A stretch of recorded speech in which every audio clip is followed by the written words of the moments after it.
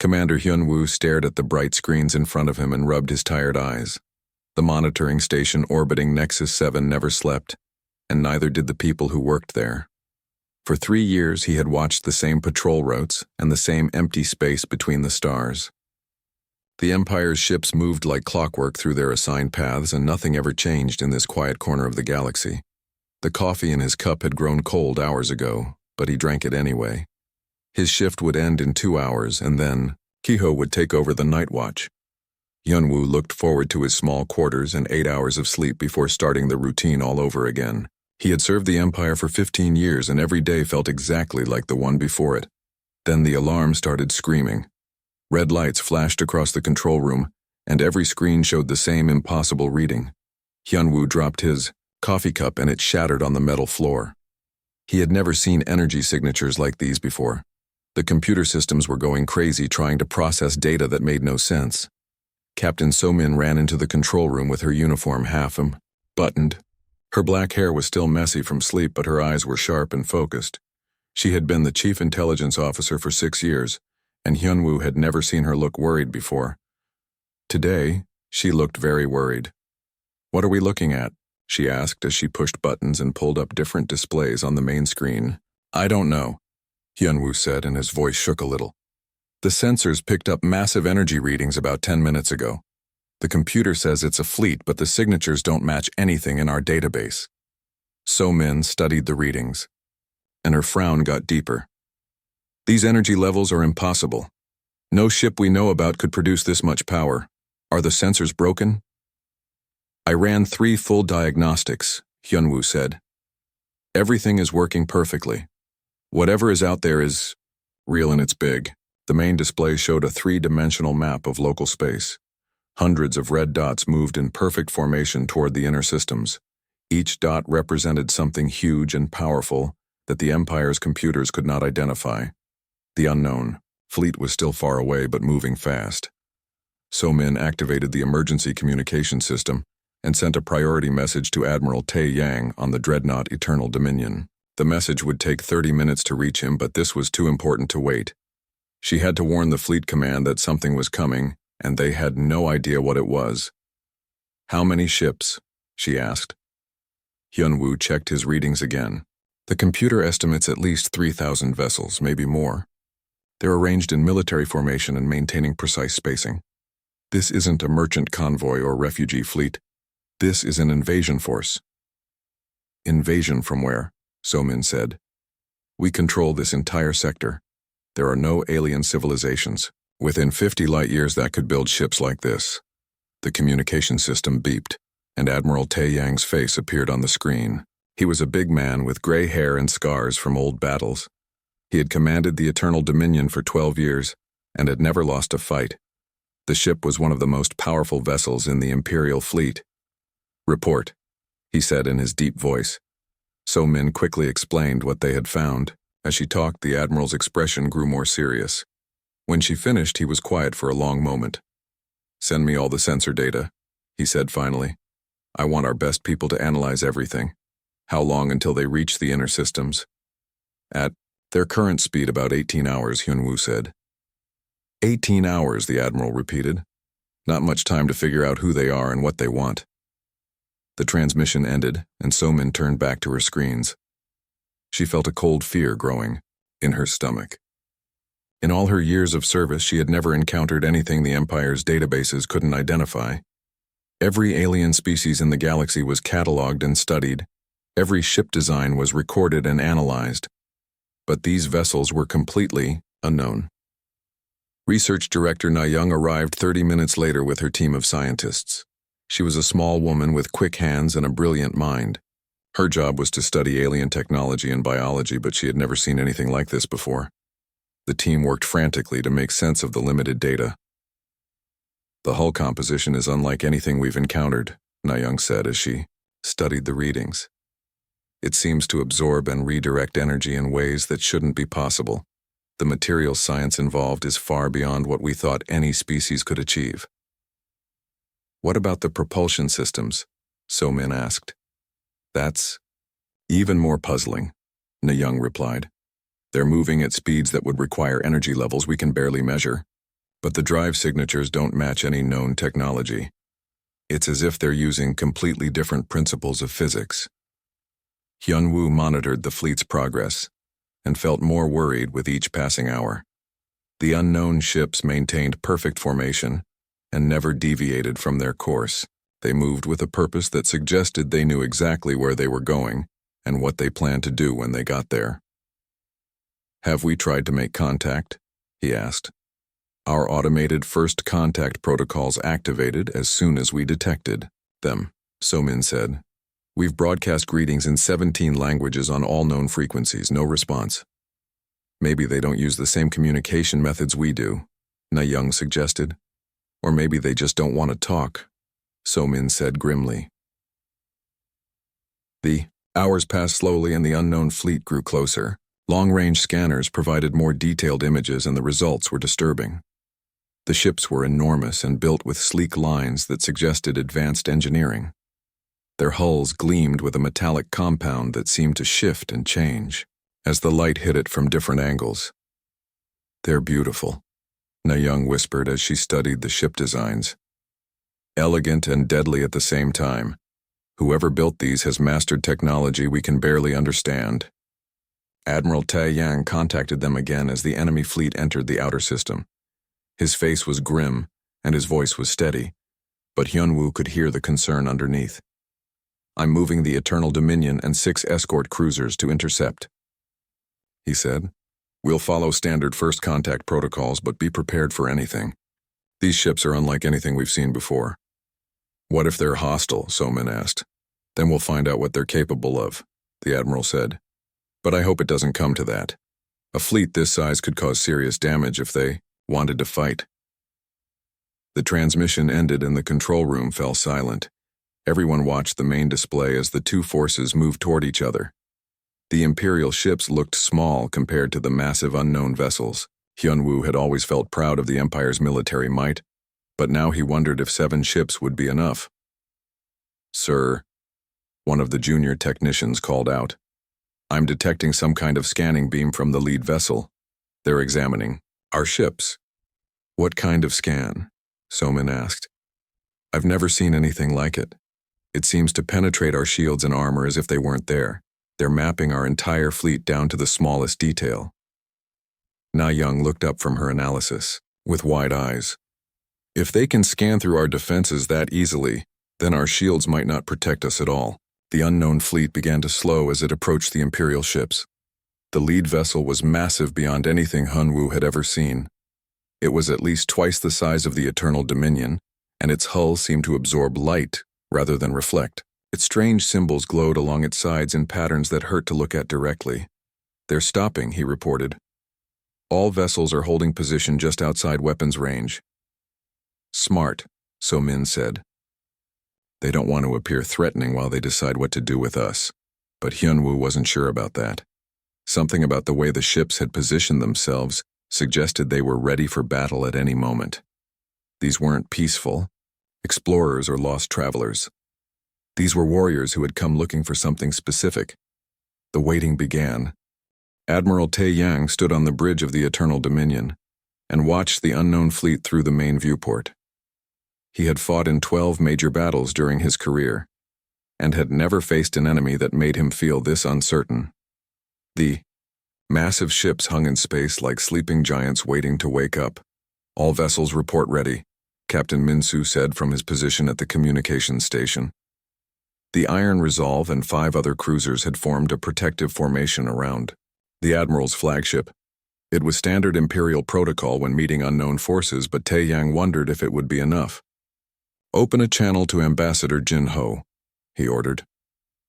The ambassador appeared on the main screen within moments. He was an older man with silver hair and kind eyes who had successfully negotiated with 47 different alien species. His calm voice had prevented more wars than the Imperial fleet had ever fought. If anyone could establish peaceful contact with these strangers, it would be him. "I'm ready to begin first contact procedures," Jin-ho said. "Though I must admit these ships are unlike anything I've encountered before." "Do your best," Tae-yang replied, "but be prepared for anything." Jin-ho activated the Universal Communication Array and began broadcasting on all known frequencies. His message was simple and had worked with every species the Empire had ever met. He identified himself as a representative of the Galactic Trade Empire and requested peaceful dialogue to establish diplomatic relations. The response came faster than anyone expected. A new voice filled the bridge, speaking perfect galactic standard, with an accent no one recognized. The words were clear and precise, but carried an undertone of absolute authority that made everyone listening feel small. "This is Fleet Admiral Dong Hyun of the Terran Colonial Navy," the voice said. "You are occupying territories claimed by Earth's colonies.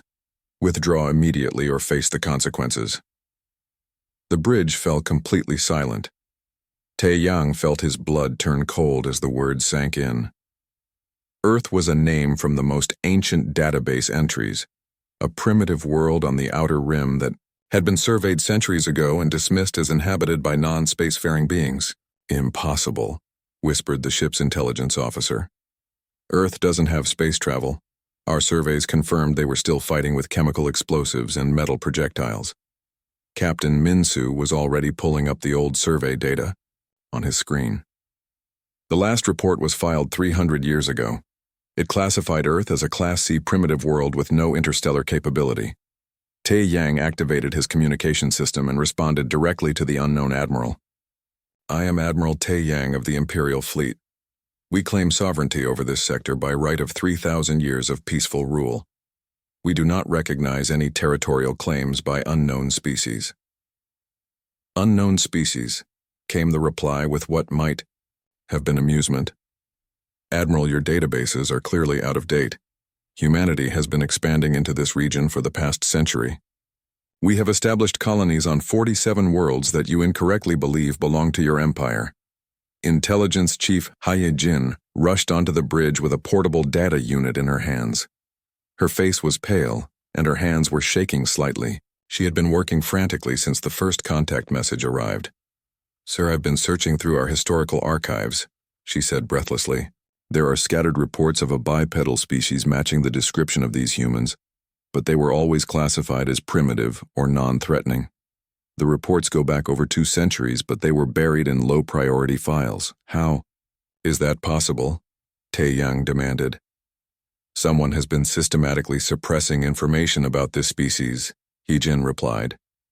"The reports exist, but they were never given proper attention. According to what I've found, humans have been encountered on frontier worlds for decades, but always in small numbers, and always underestimated." The communication channel crackled back to life. Fleet Admiral Dong Hyun's voice was calm but carried an edge of steel that suggested his patience was limited. "Admiral Tae Yang, we have no desire for unnecessary conflict. However, Earth's children have spread across many worlds and we will not abandon them. You have 72 standard hours to begin evacuation of all human-claimed systems. This is not a negotiation." Tae Yang felt anger rising in his chest. The Empire had never been threatened by any alien species. Their technological superiority had made them the undisputed rulers of this sector of the galaxy. No primitive species from a backwater world could challenge Imperial authority. "You are greatly outnumbered," he said. "The Imperial fleet consists of over 10,000 vessels. We have controlled this region since before your species discovered fire. Stand down immediately, or we will be forced to destroy you." What happened next changed everything. 3 of the human vessels suddenly moved with impossible speed and precision. One moment they were holding position with the rest of the fleet, and the next, they were surrounding the Imperial formation. Captain Minsu watched his sensors in disbelief as the human ships appeared above, below, and beside them in less than 30 seconds. "How did they move so fast?" he shouted. The ship's navigation officer was frantically checking his instruments. "Sir, their acceleration rates are impossible. No known propulsion system could achieve those maneuvers without crushing the crew from gravitational forces." "Unless they've solved the inertial dampening problem," Haye-jin said quietly. "If they can neutralize the effects of acceleration on organic matter, then they could move at speeds that would kill any other species." Admiral Dong Hyun's voice returned, and now there was no mistaking the threat beneath his polite words. "Admiral, we've just demonstrated that your ships cannot match our maneuverability. Our weapon systems are equally advanced. This is your final warning. Begin evacuation procedures or we will remove you by force. Taiyang looked around his bridge at the faces of his crew. These were experienced officers who had served with distinction in conflicts across the galaxy. He had never seen them look afraid before. The human ships had moved like nothing they had ever encountered and positioned themselves with tactical precision that suggested extensive military experience. "Sir," Captain Minsu said quietly, "recommend we withdraw and request reinforcements. We're clearly outmatched here." "We don't withdraw from primitive species," Taiyang snapped. But even as he said it, he knew they were not dealing with primitives. The technology required for those maneuvers was beyond anything the Empire possessed. "Admiral," came Dong Hyun's voice again, "we've monitored your communications and understand your reluctance to accept the new reality. Perhaps a demonstration will clarify the situation." One of the human escorts fired a single weapon blast at an asteroid roughly the size of an Imperial cruiser. The beam struck the rock and for a moment nothing seemed to happen. Then the entire asteroid simply vanished. Not destroyed or broken apart, but completely gone as if it had never existed. "Our weapons operate on principles your science has not yet discovered," Dong Hyun explained. "We can make your ship cease to exist just as easily as that asteroid, but we prefer to give you the opportunity to preserve the lives of your crews." The demonstration had its intended effect. Every person on the Imperial ships had seen asteroids destroyed before, but never like this. The complete elimination of matter suggested technology so advanced it might as well be magic. Ambassador Jin Ho requested permission to speak directly with the human admiral. His voice was steady, but Taiyang could see the concern in his eyes. "Admiral Dong Hyun, I represent a civilization that has maintained peace in this region for millennia. Surely we can find a solution that benefits both our peoples without resorting to violence." "Ambassador, your empire's definition of peace involves the subjugation of weaker species," Dong Hyun replied. "We've studied your methods for many years. Humanity seeks coexistence, not domination. But we will not allow our colonies to be threatened." "You've studied us?" Jin Ho asked. "For how long?" "Long enough to learn your languages, decode your transmissions, and understand your military capabilities," Dong Hyun said. "Earth began monitoring Imperial communications 50 years ago. We know your fleet positions, your technological limitations, and your political structure." Hae Jin grabbed Taiyang's arm. "Sir, if they've been watching us for 50 years, then this isn't a chance encounter. They've been planning this confrontation for decades." The full scope of the situation was becoming clear. This wasn't first contact with a newly discovered species. This was a carefully planned military operation by a civilization that had been preparing for this moment for generations. "What do you want from us?" Taiyang asked. "Nothing from you, Admiral," Dong Hyun replied. "We want you to leave human space and allow our people to live in peace. In 71 hours, we will begin reclaiming our colonies. Any Imperial forces remaining in those systems will be removed." The communication ended, and the human ships returned to their original positions. With the same impossible speed they had demonstrated before, the Imperial fleet was left alone to contemplate an ultimatum from a species they had never taken seriously. Taiyang knew he had to make a decision that would affect the future of the Empire. He could withdraw and appear weak in front of his enemies or fight and risk the destruction of his entire fleet. He chose to fight. Supreme Chancellor Wan Shik stood at the center of the Imperial War Council chamber and felt the weight of 3,000 years of history pressing down on him. Around the circular table sat the most powerful military leaders in the galaxy. Each one commanded fleets that could destroy entire star systems, but today they all looked worried. "The situation is unacceptable," he declared in his deep voice. "No primitive species can be allowed to threaten Imperial authority. If we appear weak, then every subjugated race in the galaxy will think they can challenge us." Grand Admiral Yu Jin nodded in agreement. She was the Empire's most experienced military commander and had never lost a major engagement. Her fleet had conquered 47 star systems and brought dozens of alien species under Imperial control. "I've already begun assembling our response force," she reported. 300 vessels, including the fortress ship Galactic Supremacy. It's the largest battle fleet in Imperial history. 300 ships should be more than enough to handle whatever these humans can throw at us, said Fleet Admiral Quan Ho.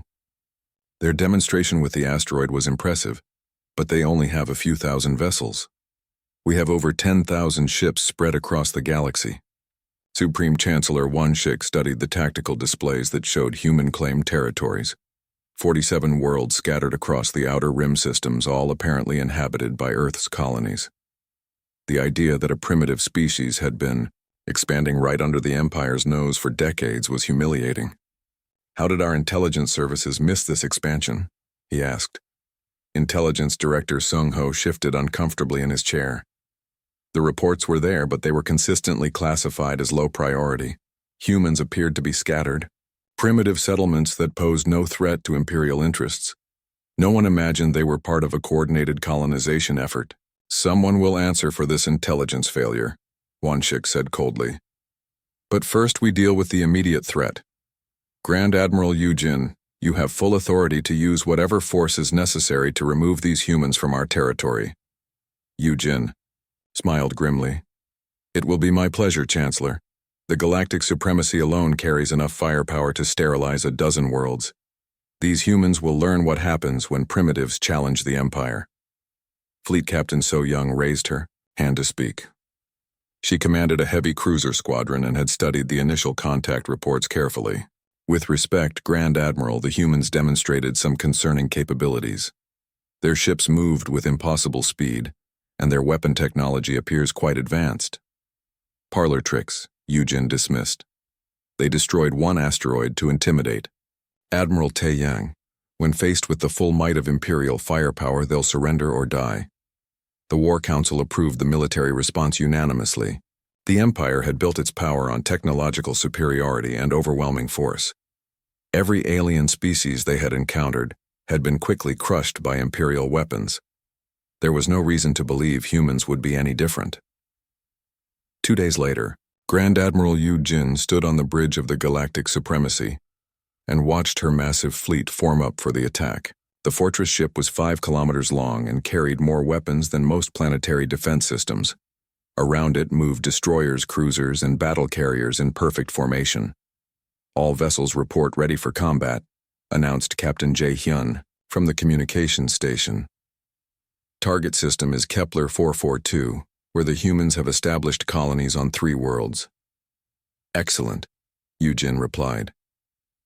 We'll start by eliminating their outlying settlements and work our way toward their core territories. When Earth sees what happens to their colonies, they'll beg for mercy. The Imperial fleet dropped out of hyperspace at the edge of the Kepler 442 system and immediately detected human vessels moving to intercept them. Long-range sensors showed 30 human ships arranged in a loose defensive formation around the colonized worlds.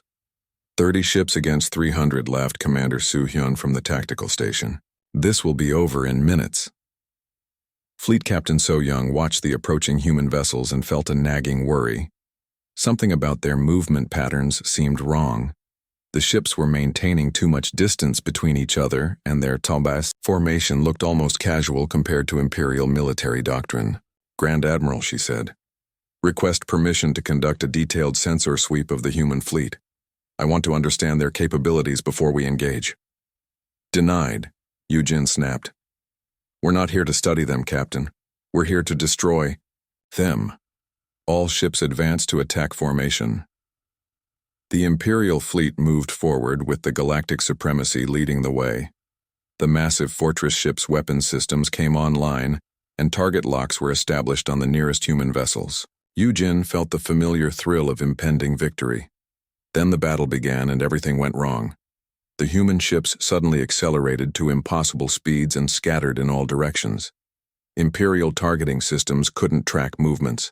That fast and weapons fire passed harmlessly through empty space where human vessels had been moments before. Where did they go? Shouted Jae Hyun as his sensors struggled to reacquire targets. All around us, So Young replied in a stunned voice. They've surrounded the entire fleet in less than 60 seconds. The human ships moved like living things, dancing between Imperial vessels with grace that defied physics. Their weapons began firing and Imperial shields started failing under the assault. The energy beams seemed to shift frequency in mid-flight. adapting to whatever defensive measures they encountered. Commander Soo-hyun watched his squadron being torn apart by weapons that ignored every principle of known science. Grand Admiral, our shields are useless against their fire. The beams are passing through our defenses like they don't exist. Impossible, Yu-jin snarled. Imperial shield technology is the most advanced in the galaxy. No primitive species could have developed weapons capable of penetrating them. But the evidence was right in front of her eyes. Imperial ships were dying under human fire, while their own weapons couldn't seem to hit anything.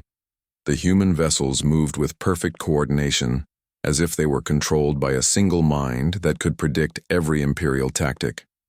Fleet Captain So Young tried to organize a tactical retreat when half her squadron was destroyed in the span of 5 minutes. The humans fought with ruthless efficiency that spoke of extensive combat experience. These were not peaceful colonists defending their homes. These were professional warriors who had been preparing for this fight. How are they moving so fast, without killing their crews? She asked the ship's science officer.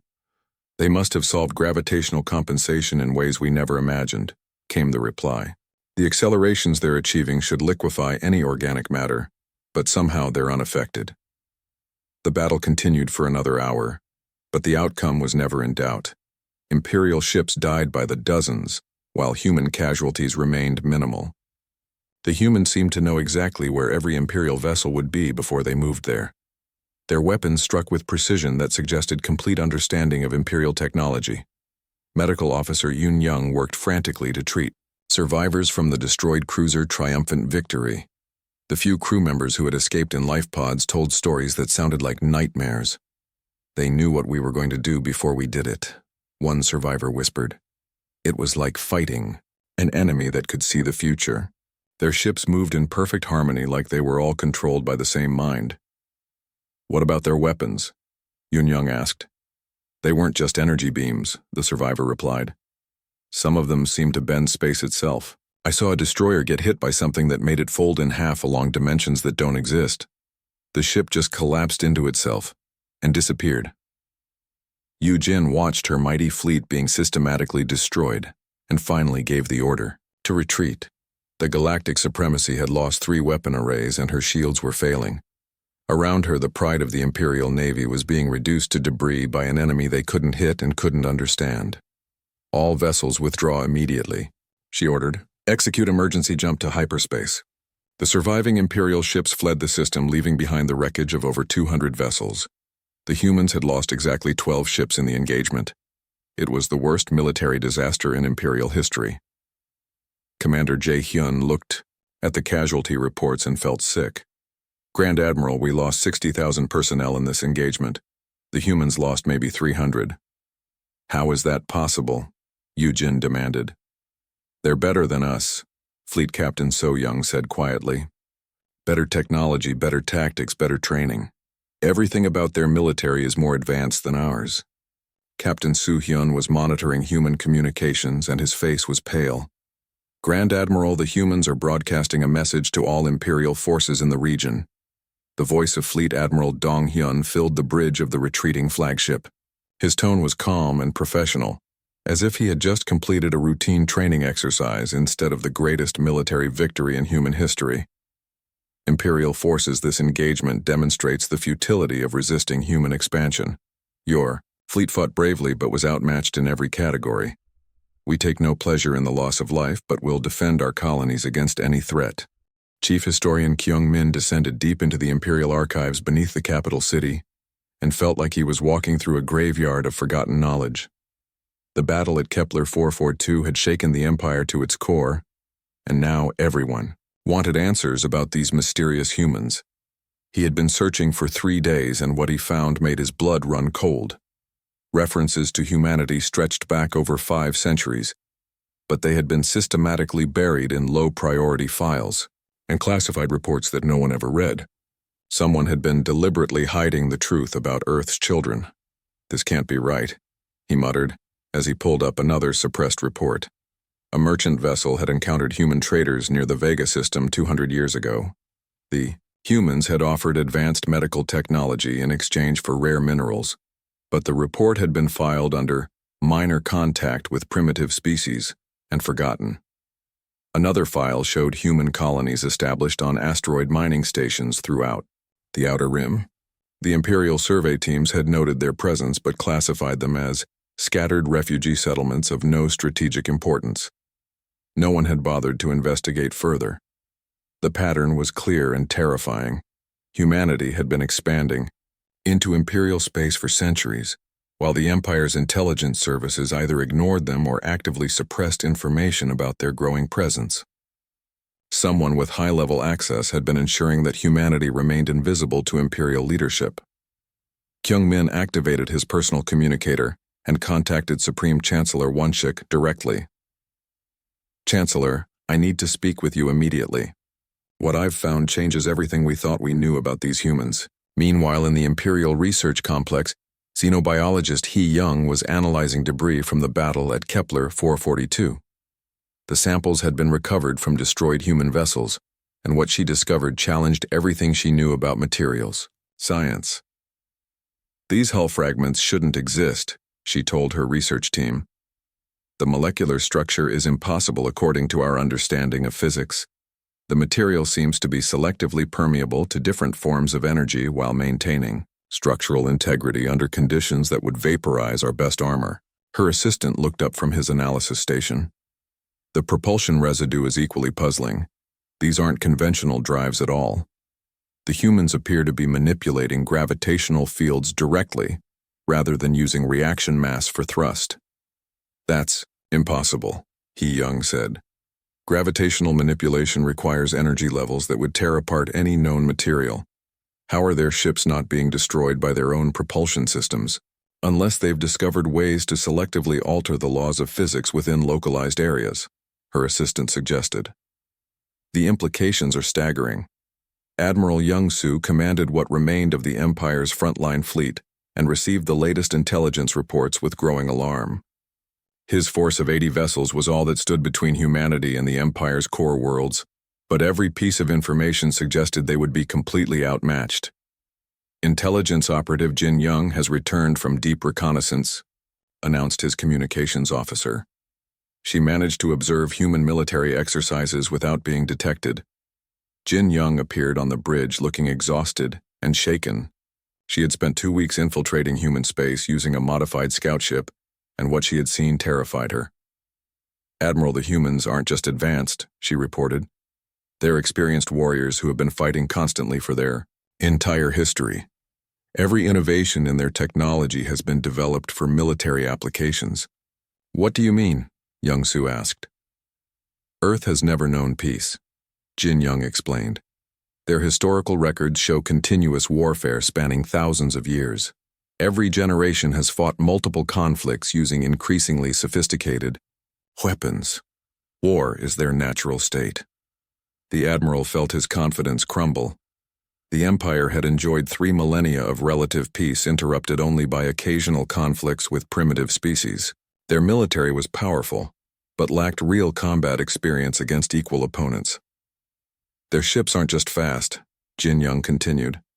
"They're designed by people who understand that speed and maneuverability mean survival. Every human vessel can outfight anything we have because they were built by a species that views combat as the ultimate test of engineering." Deep Space Monitor. Juan detected the most disturbing intelligence of all. His long-range sensors had been scanning the galaxy's outer regions, and what he found shattered every assumption about human capabilities. "Admiral," he reported to Young-soo, "I'm detecting human vessels throughout the entire galactic rim. There are thousands of ships spread across hundreds of systems. The force we encountered at Kepler 442 wasn't their military, it was a single exploration fleet." Young-soo stared at the tactical display showing estimated human ship positions. Red dots marked possible human presence across vast regions of space that the Empire had never bothered to explore. The implications were staggering. "How many ships do they have?" he asked quietly. "Conservative estimates suggest at least 50,000 vessels," Juan replied. "Possibly many more. They appear to have been expanding into unexplored space for over 3 centuries, while we focused on consolidating our existing territory." The revelation hit Young-soo like a physical blow. The Empire commanded 10,000 ships across its entire domain and had always considered that an insurmountable force. If humanity had 5 times that number, then the war was already lost. Fleet Admiral Dong Hyun's next broadcast reached every Imperial facility simultaneously. The human leader spoke from the bridge of his flagship with calm authority that carried more weight than any Imperial threat. "People of the Empire," he began. "Earth has been monitoring your communications for many decades. We know your languages, your customs, and your history. We understand that many species serve the Empire not from choice but from fear." The broadcast continued, and every word carried implications that terrified Imperial leadership.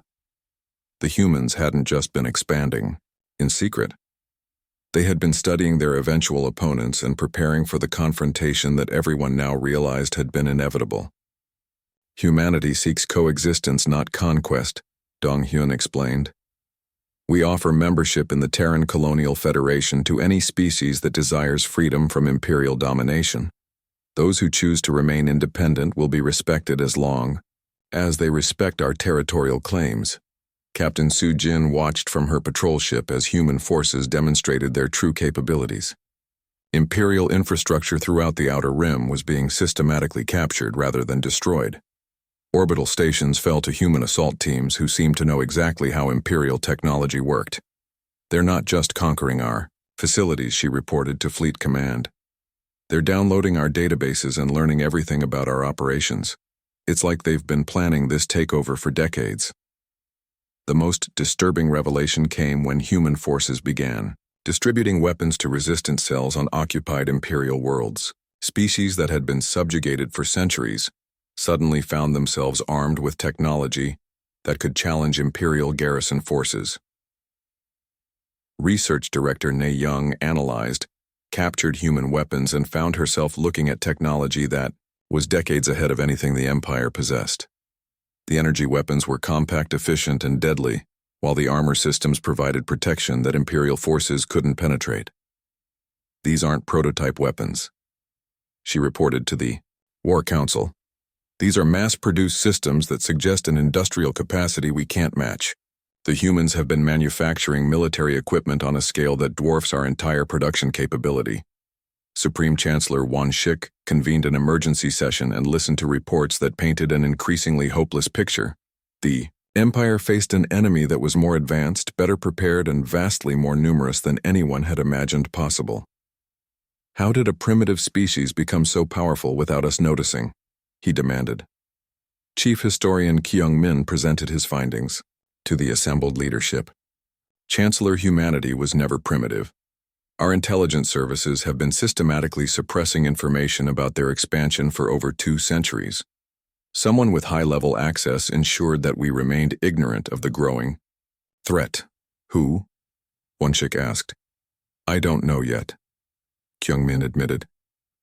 "But the pattern of suppression suggests coordination at the highest levels. Someone wanted us to underestimate humanity until it was too late to stop them." Intelligence Director Sung Ho looked uncomfortable as attention turned to his organization.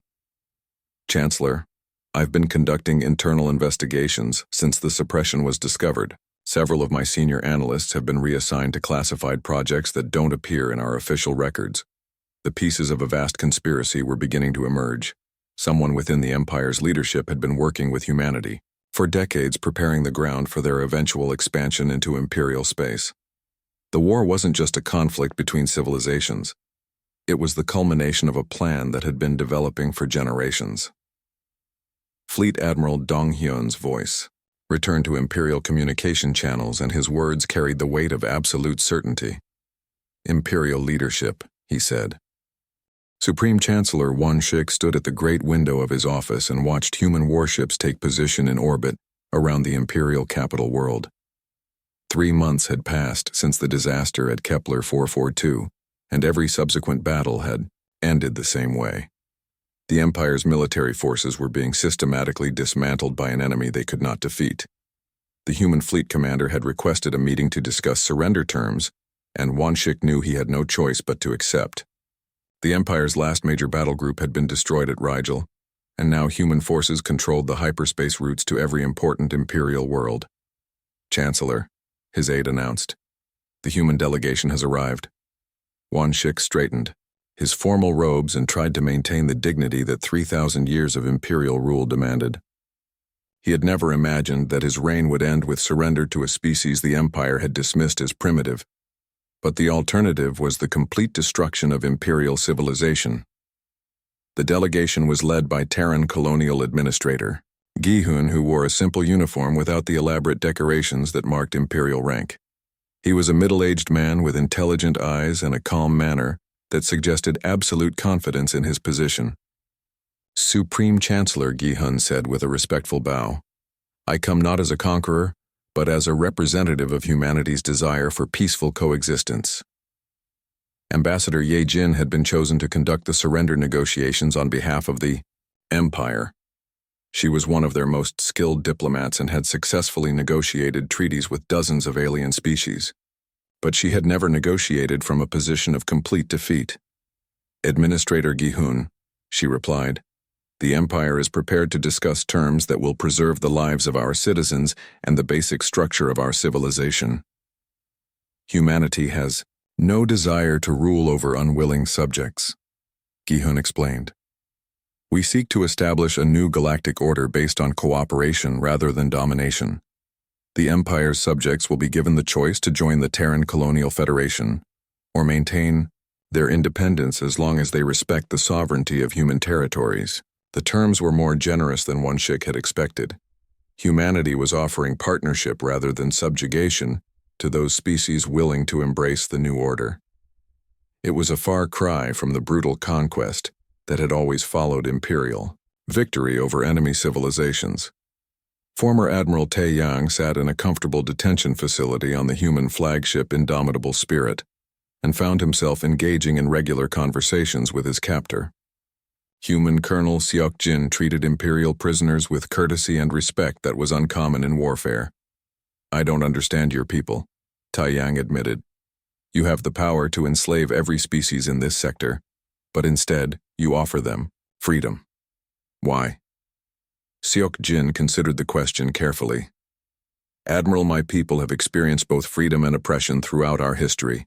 We learned that willing cooperation produces better results than forced compliance.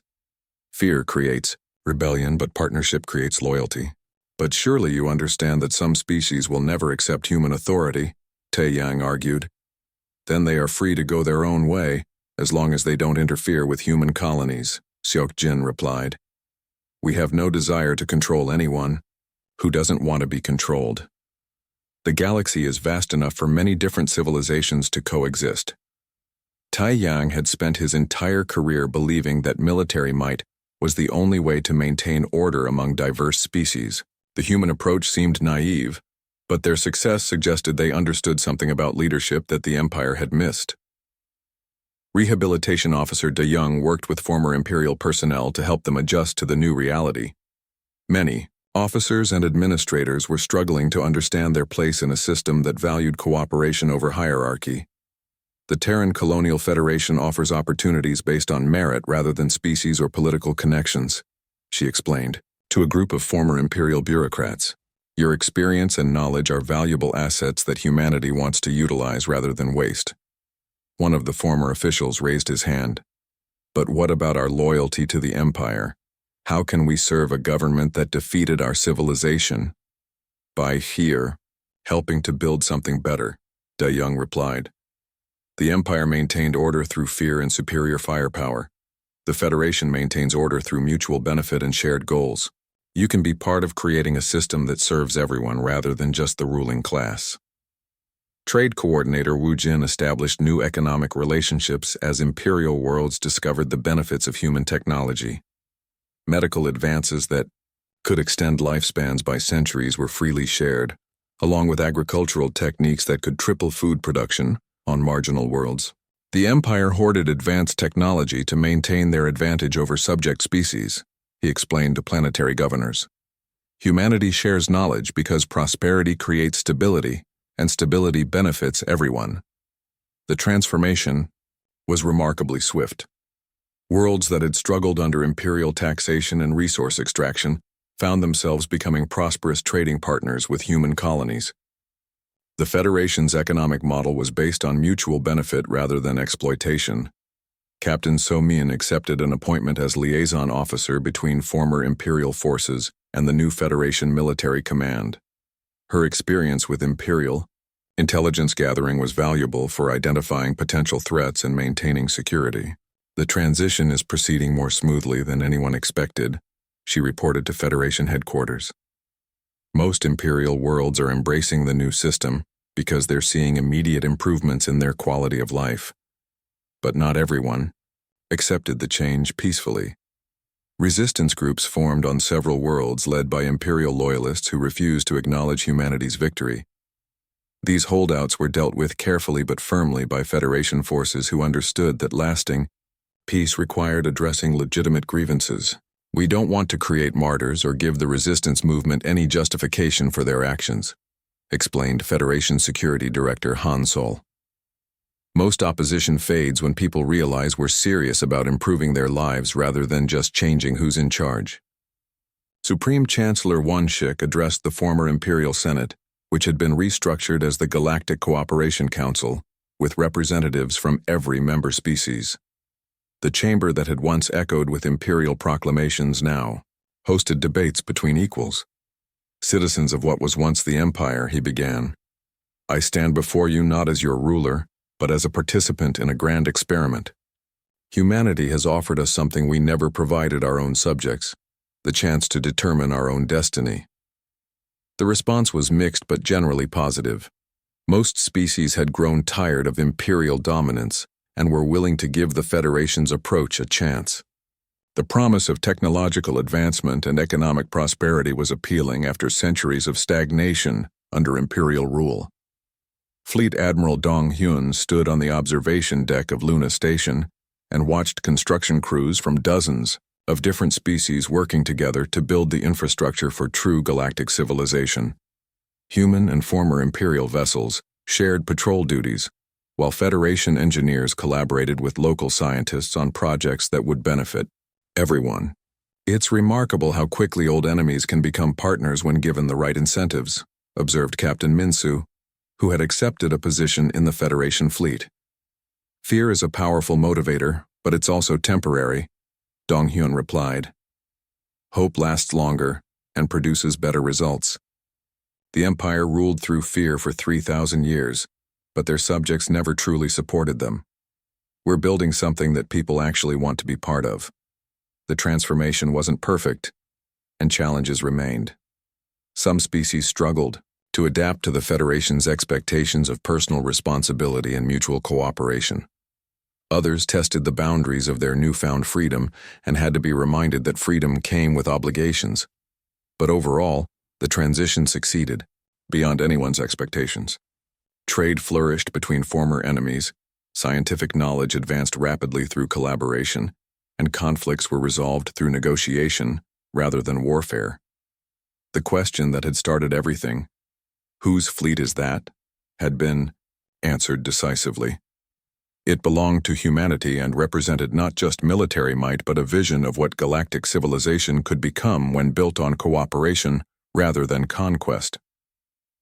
Former Imperial citizens learned that humanity's true strength wasn't their advanced technology or military prowess, though both were impressive. Their strength lay in their ability to inspire others to work toward common goals, and their willingness to share the benefits of success with everyone who contributed to achieving it. The Empire had ruled through superior firepower for 3 millennia, but had created nothing lasting except resentment among their subjects.